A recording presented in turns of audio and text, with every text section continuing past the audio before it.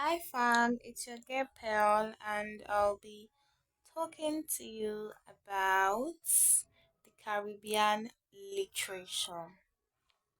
Now, the Caribbean literature is closely linked, what I'll be discussing, to the transatlantic slave trade. Now, over is it 20 million Africans, especially West Africans, were carried to America.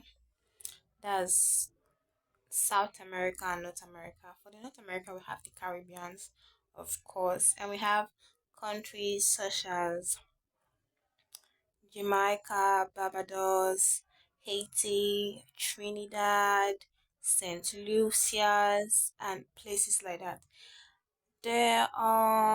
These people they were used by the white man during the slavery or slave trade to cultivate large plantations that were based on sugar, cotton, coffee, to mention a few of these crops.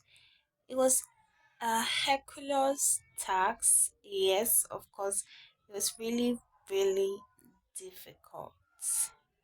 Yes, and after the abolition of slave trade, emancipation, and all of that, the black people they suffered a lot of things. Imagine being ruled, controlled, enslaved by their colonial slave masters for over 300 years, seeing over three generations of slaves.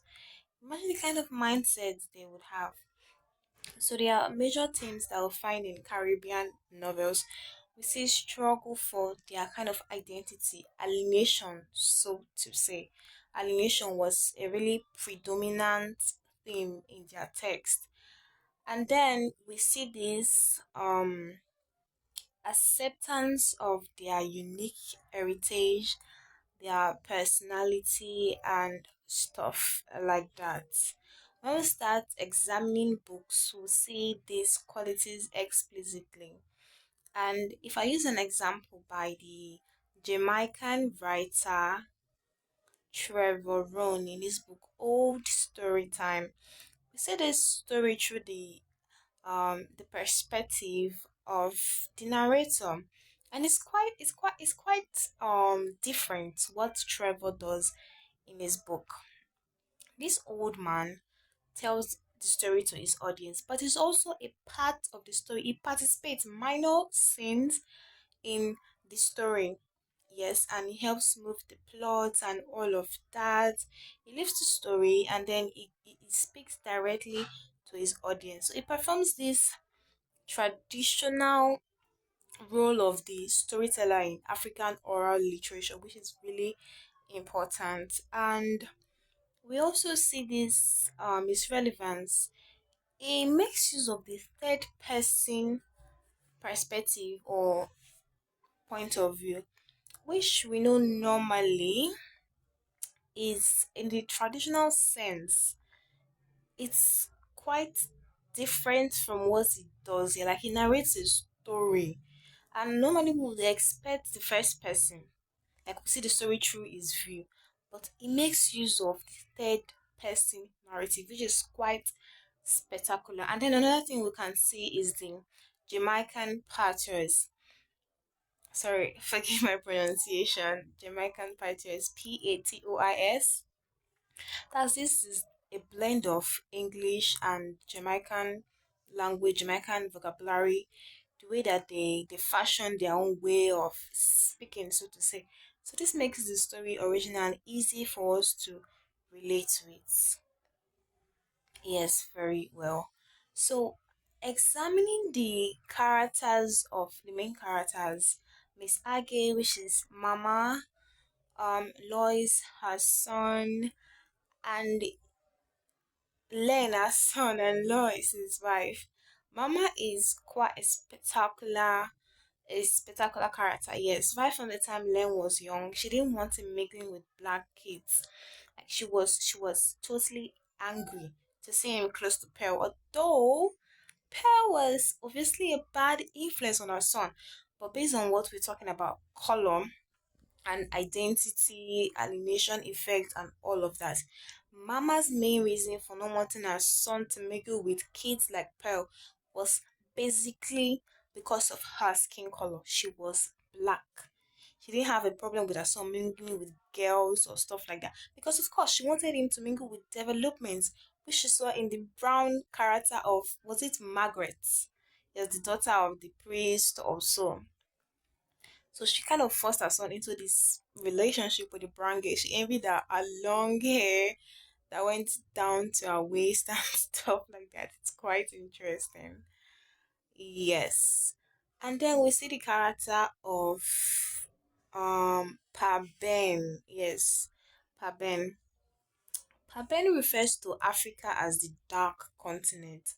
When he hears that Len visits Africa from Europe, his response is quite spectacular because he says Len would obviously be eaten by bushmen.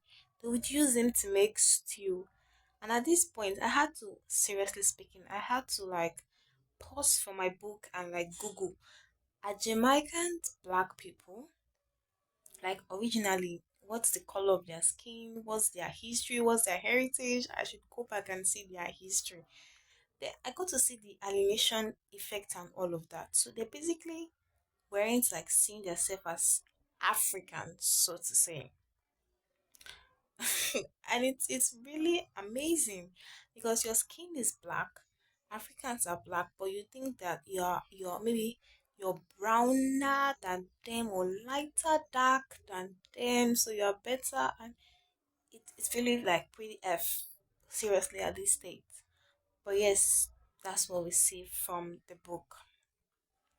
And Mama refers to Lois, her daughter-in-law, that's Len's wife, as a dog. She calls her hold dog. Like it's pretty F, like I said, crazy. And we see the maturity of Len, everything he had to go through, his way of behaving and finding his identity, not wanting to be somebody else. It was black, it was, yes, black, and he knew it was black, and he was proud of it, not wanting to be somebody else. But Mama, on the other hand, until she got to realize that she was totally wrong the whole time. We see how she sucks up to George, the only white character in the novel. She sucks up to him literally. And also the brown character in the novel. These are two characters that we see Mama was really impressed by. Why? Because of the color of their skin. So that's why she was biased with them. She kind of favored them. But it turns out that those two characters that she had painted were actually not as good as we would want to think or imagine. Because first of all, Georgie Boy was a fraud. Yes. And then the sweet Margaret she imagined was actually not as innocent, sweet, and calm as she thought she was. So in the end of the book, of course, we learn a moral lesson. Like we ought always to learn when we read this kind of literature. So the Jamaican Caribbean literature ends up giving us moral. And please, before forget the use of flashback. So this ties events from the present and give us reasons from the past why they happen. For example, we see events that happened when Len was in school, and then we see other events like Lois's life when she worked at the bank with George Boy, of course, the corrupt guy. So this is just a brief video of the Caribbean literature. Let me know if there's something else you want me to talk about. I enjoyed really making this video seriously, and I'm enjoying my study of the Caribbean literature. ENL 316. Thank you. Stay blessed. Subscribe to my channel and see you next time. Bye.